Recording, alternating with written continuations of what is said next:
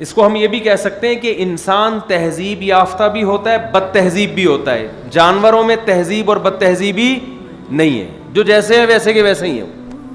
اب کتے کو دیکھو آپ، ایک طرف اتنی تہذیب ہے کہ آدمی حیران ہو جائے یار. سارے دن کام کتوں والے، پیشاب کرے گا تو ٹانگ اٹھا کے کہیں چھینٹے نہ پڑ جائیں بھائی.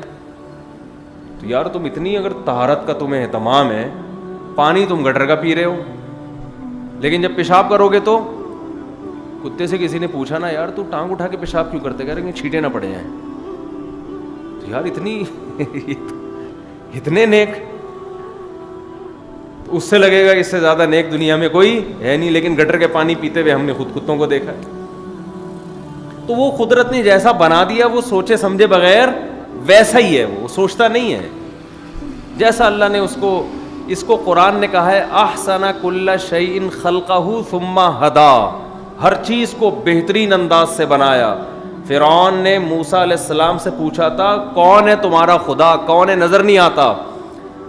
تو حضرت موسیٰ نے فرمایا کہ نظر نہیں آتا لیکن اس کی جھلک تمہیں مخلوق میں نظر آئے گی. مخلوق میں جو ایسی بہترین مینجمنٹ ہے یہ کسی مینیجر کے بغیر نہیں ہو سکتی. احسن کل شیء خلقہ، ہر چیز کو بہترین انداز سے بنایا، ہر چیز بہترین ڈیزائن میں بنی ہے، جس کو جیسا بننا چاہیے ایک ایک چیز اس کی اسی حساب سے بنائی گئی ہے. ثم ہدا، پھر اس کو اس کی فطرت کے راستے پر اس نے چلا دیا. اب دیکھیں شیر کی ضرورت گوشت ہے تو اس کی نیچر تقاضا کرتی ہے کہ چیر پھاڑ کی اس کے اندر صلاحیت ہونی چاہیے، تو اللہ نے شیر کے اندر چیر پھاڑ کی صلاحیت رکھی ہے. اگر شیر کی خوراک گوشت ہوتی اور اسٹائل بکریوں جیسا ہوتا تو شیروں کی نسل چلنے والی تھی نہیں. بھیک مانگ رہے ہوتے جیسے بکری بھیک مانگتی ہے گھاس کی، ایکسکیوز کر رہے ہوتے بات بات پہ جا کے، تو ملتا گوشت ان کو، مر جاتے وہ. ہر چیز کو اللہ نے اس کے حساب سے ڈیزائن کیا ہے. تو انسان کی جو روحانی زندگی ہے اس میں انسان اچھا بھی ہوتا ہے اور برا بھی. تو اس میں انسان کو کیا چاہیے؟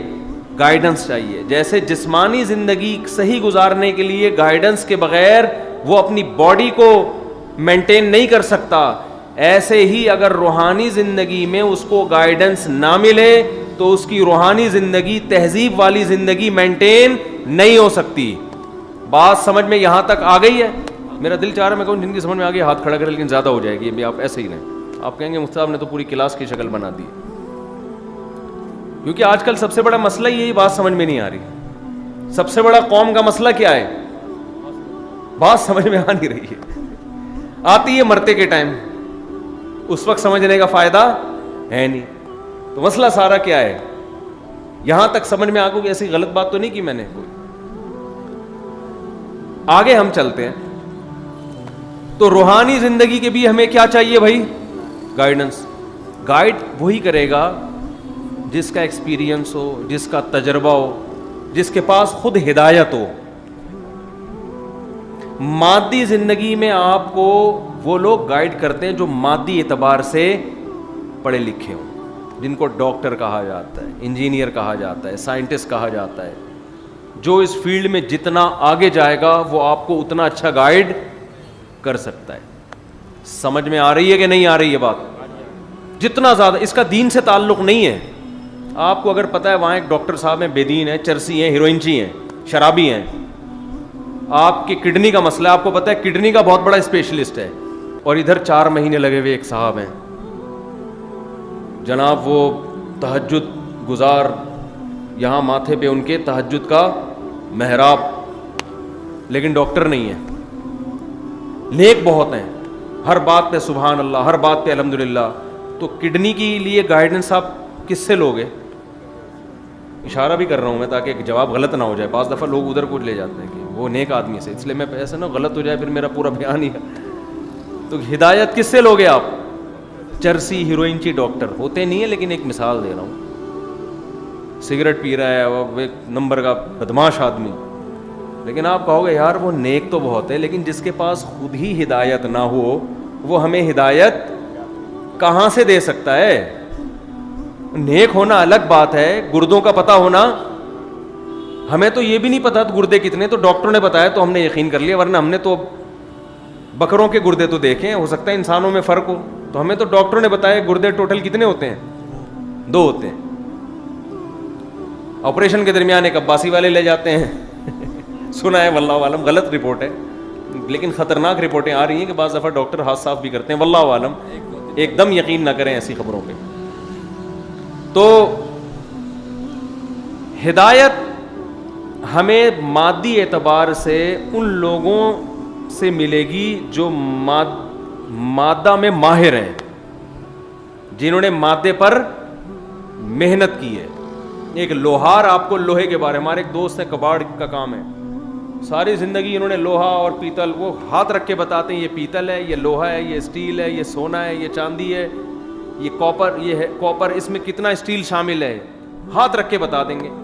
ہمیں دیکھ کے بھی نہیں پتا. ابھی تک مجھے سونے اور پیتل کا فرق, میرے سامنے آپ سونا لے آؤ پیتل لے آؤ, مجھے ابھی تک نہیں پتا چلے گا یہ ہے کیا. پیلے رنگ کی کوئی بھی چیز ہوگی ہم کہیں گے بھائی پتہ نہیں پیتل ہے یا کیا ہے.